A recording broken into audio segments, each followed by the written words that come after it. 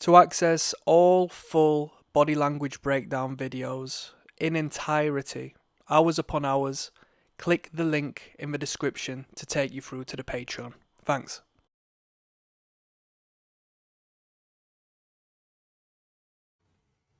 Everyday superpower, we talk body language, relationships, game, everything in between. Starting a new series today, that being based upon this video, blind dating a famous comedian. Alright, so we've got one woman, whether she's the comedian or whether the men who are going to try to court her are the comedians, who knows. More than likely, I believe it's going to be her, given the lack of plural in the title. So, what you're going to learn is a lot of non-verbal communication cues. I'm going to teach you about attraction and repulsion. I'm going to teach you about the message that most people don't identify when it comes to the dating game and when it comes to how people truly feel about each other. If this is your first time here, I do recommend you subscribe, as I put you on information you won't find elsewhere, essentially. And without further ado, should we jump in? Let's see what we've got in store. Not seen this before. We've got plenty of content ahead of us. Let's jump in, yeah? Today, one spicy, funny girl will be blind dating 9 guys, but I'm not going to jump out of my way to make comments over the introduction, okay? So we're just going to enjoy this together, and then we're going to start breaking it down. Today, one spicy, funny girl will be blind dating 9 guys, but she... Well, actually, whilst we're here, let's have a look at these dudes. Today, one spicy, funny girl will be blind dating 9... Okay, so obviously we're all busting a pose. Thing is, these dudes are going to be theatrical. I have to give a disclaimer here. They're going to be theatrical. They're going to personify a character. They're going to be chosen for purpose, right? For entertainment, first and foremost. But underlying all this behavior, underlining the persona, underlining the mask that people wears, there is an unspoken of reality written within the biological code of every human being on planet Earth. Nobody likes to be rejected. People's egos will protect them of sorts, and even if they are there for a bit of fun, we will be able to see the truth seeping through their pores, as Sigmund Freud said, via the non-verbal cues that are expressed that we can't help. Okay, we can't help it. So, we've got a few dudes here. Let's have a little deek of what's going on. Okay. See if anything stands out to me in particular as far as dress sense is concerned. This guy's got a butterfly on his chest, which is not something you identify with the masculine very often. You know, the butterfly, but symbolically speaking, it represents new life. Okay? As the caterpillar turns into the butterfly, it sheds itself. It represents a cycle of rebirth. Now, that's more than likely not why the majority of people you identify with butterfly tattoos have got them, but that's what it represents as far as symbolism is concerned on an esoteric degree. But with that being said, yeah, let's just jump into it, shall we? We're all looking clean, you know, well-dressed, well-presentable, good-looking bunch here. Let's see how they perform. guys, but she can't decide who gets eliminated. The guys do. Will she... So this looks good. It looks like she's quite tall. Guys, but she can't decide who gets eliminated. The guys do. Will she find love? The guys do. Be blind dating 9 guys, but she can't decide who gets eliminated. The guys do. She can't decide who gets eliminated. The guys do. Right? So there's going to be some game playing going on here.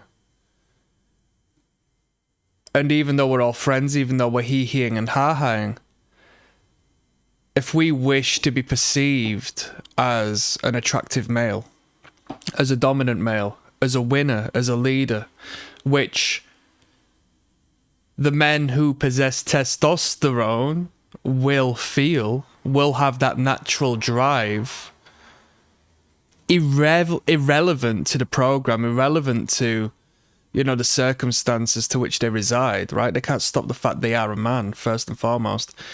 You're going to see some game playing where these dudes are actually going to try to ease their way into getting rid of their competition, and they're going to try and disguise it as something else. Okay? There's going to be a degree of competitive anxiety within these men. Okay? So what you're going to see is you may find these men, for some reason, keeping in and believing that the better match for this woman is the less attractive men, the men who aren't actually the best match. Okay? And you're going to find they're going to find reasons to vote out the actual better match, the ones who are running game, the ones who are handsome, the ones who are threatening. Right? We as men are aggressive, but we've been told we can't be violent, legally speaking, lawfully. We're not allowed to do this, that, and the third to rid ourselves of this natural pent-up aggressive anger. So you see it seep through the men via this display of dominance in this indirect means, all right? Whether it be a pecking order, passive aggression, and expression that exhumes aggressive energy but goes underneath the radar of the majority of people because they don't identify what it really symbolizes. Will she find love? Will the guys get along? Buckle up, because this is Last Love Standing. Last Love Standing. Now let's meet our bachelorette. What is Gucci in the coochie? Right, so we got Megan. This is the bachelorette in question. Y'all, my name is Megan. I am 23 years old. And by the way, when it says famous comedian, generally speaking, they're not famous comedians. They're just known for being on YouTube channels. That's the reoccurring theme I've identified over watching these videos. There's a degree of shame in just being rich off of YouTube, so they try to imply that they are something other, you know, in a professional sense, and then you try and find, you know, don't worry about that, let's go. What is Gucci in the coochie, y'all? My name is Megan. So, show a little bit of character, do a little bit of dancing, let's get this energy up. Movement attracts attention.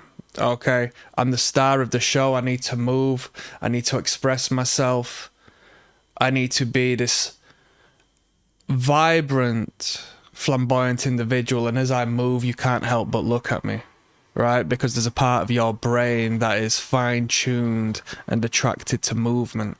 So what I choose to move is what I'm choosing to allow you to look at, or subconsciously, what I want you to look at.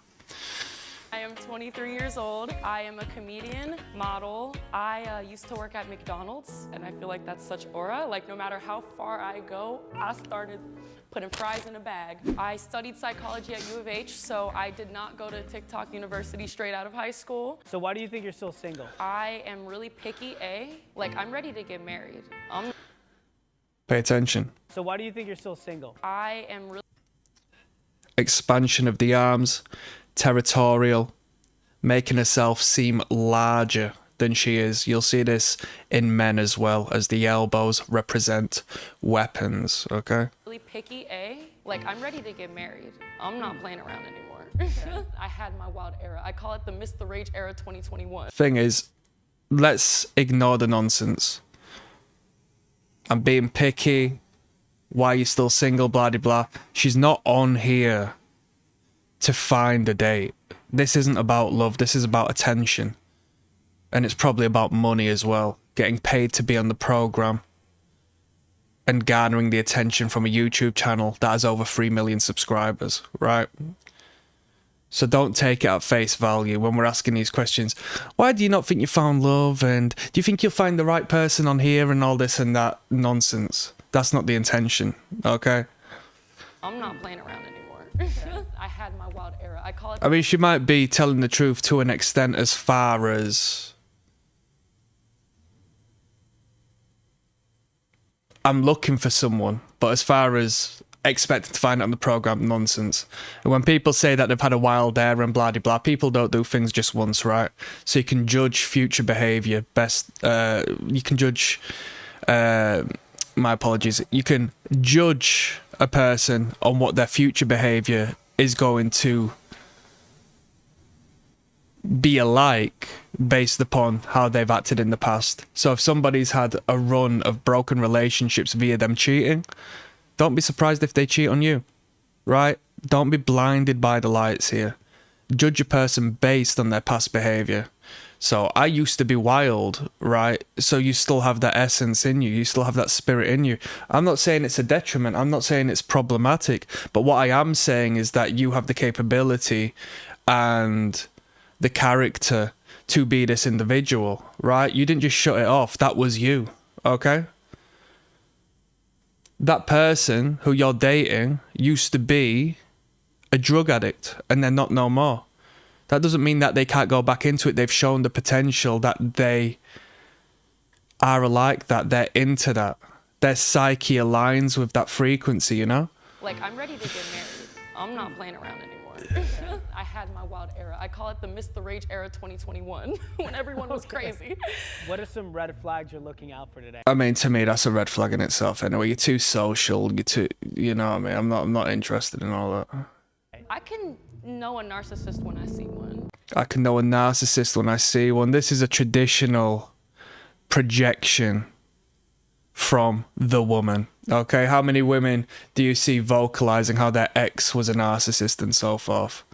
Okay, you're a narcissist when you wake up in the morning, you put makeup on your face and you put flowers in your hair. It's a spectrum. Okay, now you can be a deep narcissist, and when you're a deep narcissist, you can be what's considered an overt or a covert narcissist, right? And me personally, I'm not denying what she's saying as far as, I'm not saying she is, but I'm just using this as a, you know, an excuse to discuss this when it comes to narcissistic personality traits. It's not you are a narcissist or you're not, okay? It's a spectrum. Consider it like this, and this is a lot of value here, because this is the majority of what we discuss on this channel, and this is what I try to have you men understand, because you don't want to be in this narcissistic space, right? But it's tough because you live inside your own head. You have your own vessel. It's hard to switch off the I'm number one and I'm the be all and end all, because your survival mechanism is in place to ensure that's the case, right? I need to eat, I need shelter, I need more resource, I need to provide better, not only for myself, for my family, so it serves purpose, biologically speaking, in a survivalistic way, okay? And as you exist in that space, what are you? You're self-centered, you're egocentric, you're inside, you're internalized, right? You're in this narcissistic side of the spectrum, right? So when you leave oneself and you pay more attention to the other people around you, when you pay more attention to the beautiful woman you're dating, as opposed to being self-conscious and too insecure about whom you are, you get under her skin and you look through her eyes as opposed to your own. And that is called empathy, okay? So apply it like this.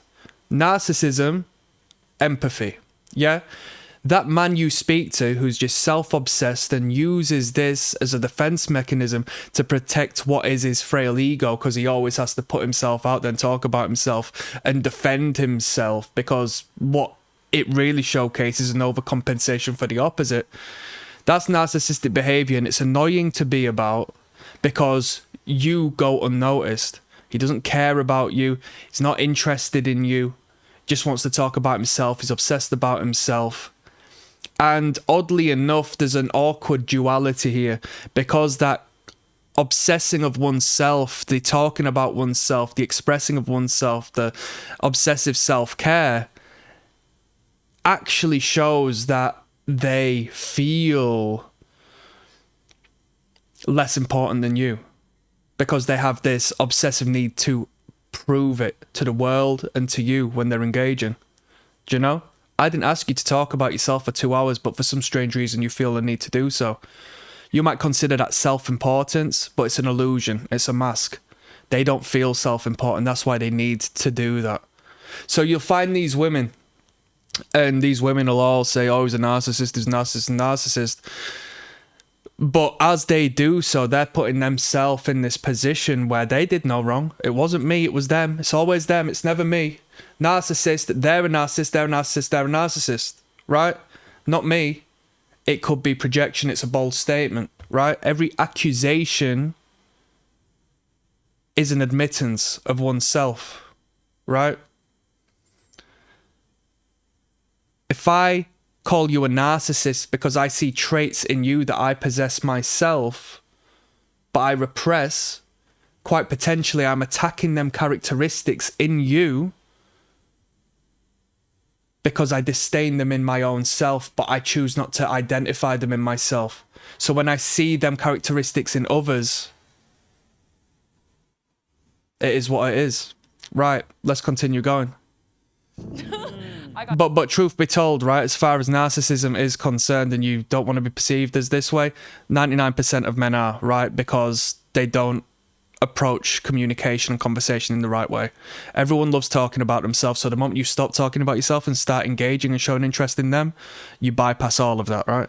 Got a good radar. And people who are just trying to be someone they aren't. Like, I can tell when someone's like speaking from the heart and when someone's like trying to like put on the mask of like that. You can make serious money. You see, and this is the crazy duality of things. Pay attention. Do you know when I'm talking about projection? Look, this is listen to what people say and who they are and what they do. Watch. I can tell when someone's like speaking from the heart and when people start making accusations on what they're not interested in stuff, automatically I try and identify and see them characteristics within the person who's speaking it. Watch what happens here. when someone's like trying to like put on the mask. When someone's trying to put on the mask and blah de blah. As she does so, she puts on the mask.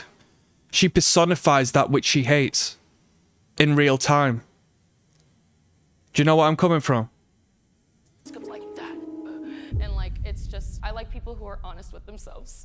Perfect. What kind of guy are you looking for today? One without mommy issues. I'm not really a superficial person. So like, if my soulmate is 5'1", I'm gonna be like, you know, you funny, God. But like, this is my man, and I'm not really a superficial person. So like, if my soulmate... I'm not really a superficial person, okay? Have a look at her. Have a look at her. She's not superficial, right? Okay, make your own mind up. Is 5'1", I'm gonna be like... Notice how she highlights height. That's how important height is to women, okay? Out of everything, she says... If he's 5'1", you know, you funny, God. But like, this is my man, and I'm gonna stick right beside him. What are some of your biggest red flags? Right, she's gonna have to take acceptance, talk about her red flags. Let's see where we go from here, all right? I'm jealous, for sure. I think I'm growing out of it as I'm maturing, but like, I'm not shy about like my emotions. I'm ready to settle down and get married. Bring out the hoes! Completely bypasses that. We're talking, got asked about red flags and she starts talking about, I'm ready to settle down and get married, all right? I'm ready to settle down and get married. Bring out the hoes! So what kind Right, let's have a look at what these dudes are saying. I'm going to see you on the next video, yeah? Click like and subscribe as always. I'll see you there. Thank you for watching.